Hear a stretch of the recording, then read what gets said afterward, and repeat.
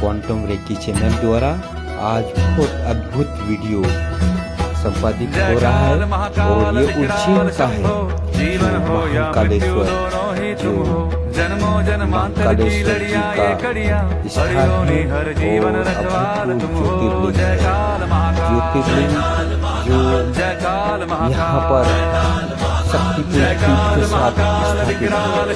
उन दोनों चीजों का शिव और शक्ति दोनों का समन्वय बहुत कम अद्भुत जगह में प्राप्त होता है।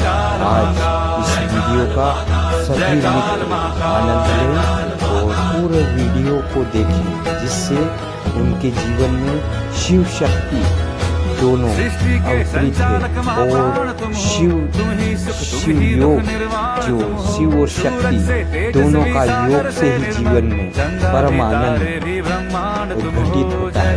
जो सातों चक्रों पे वो ऊर्जा प्रभावित होती है। सातों चक्र जो कि जीवन में बहुत ही महत्वपूर्ण है और शरीर की पूरी जीवन की व्यवस्थाओं को संपादित करते हैं। आप सभी इस वीडियो को देखें और पूरे आनंद के साथ अपने जीवन को प्रेममय, आनंदमय, मंगलमय।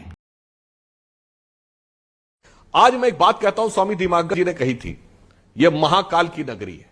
यह भारत की काल गणना की नगरी थी। यह काल गणना का अर्थ जानते हैं क्या है?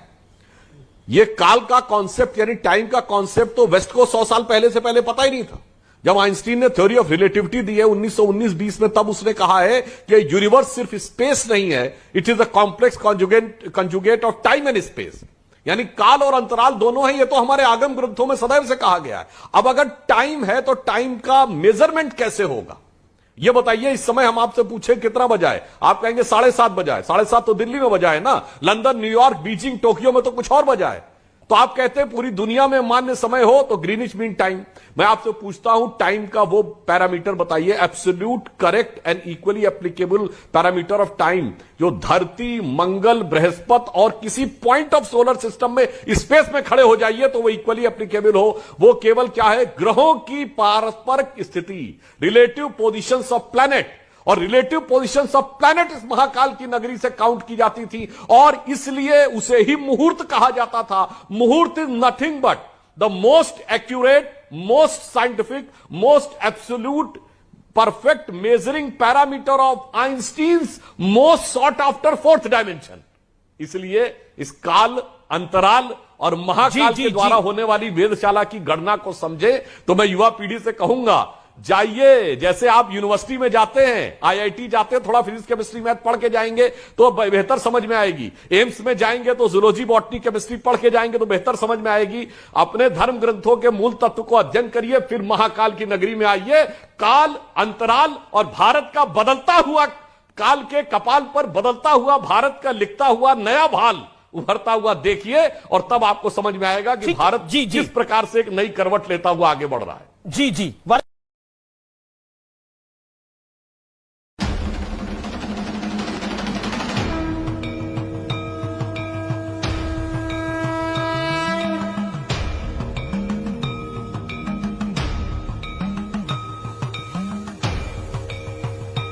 मैं उज्जैन हूँ। समय समय पर मेरे कई नाम बदले, कभी अवंती, कभी अवंतिका, कभी उज्जैनी तो कभी अमरावती। 5000 वर्षों में मैं ऐसे कई नामों से पुकारा गया हूँ। पुराण, श्लोक, कहानियां प्रमाण देते हैं कि मैं 5000 वर्ष पहले बसाया गया हूँ। आकार और समृद्धि दोनों में विशाल। मेरे ललाट पर सभ्यता, संस्कृति, शिक्षा, ज्योतिष, कला, ज्ञान और विज्ञान का सूरज चमकता है। मैं काल गणना का केंद्र हूँ। मेरे भावों में डूबकर कालिदास ने सृष्टि की सबसे सुंदर साहित्य रचना की है। गीता का ज्ञान देने वाले श्री कृष्ण ने मेरी गोद में बैठकर महर्षि सांदीपनी से शिक्षा ली है। मैं विक्रमादित्य के न्याय, योग और कर्म का प्रमाण हूँ। मैं संस्कृत, पाली और प्राकृत को फलते देखने का साक्षी हूँ। मेरे हृदय में विधाता ने अनेक मंदिरों को सजाया है। क्षिप्रा के तट पर मैंने खुद को बसाया है। मेरी नसों में अनेक नदियों का प्रवाह है। रामायण, महाभारत, पुराणों में मेरे होने के गवाह हैं। मुझे पृथ्वी की नाभि कहा जाता है। सप्त सागर के लिए मेरा नाम जाना जाता है। मैं शंकर की स्थली हूँ, मैं आशुतोष का आनंद हूँ, मैं महादेव का वेग हूँ, मैं उमापति का प्रेम हूँ, मैं अनघ का जप, मैं गौरी का तप, मैं त्रिकालदर्शी मृत्युंजय का ध्यान हूँ, मैं सदियों से महाकाल का प्रिय स्थान हूँ।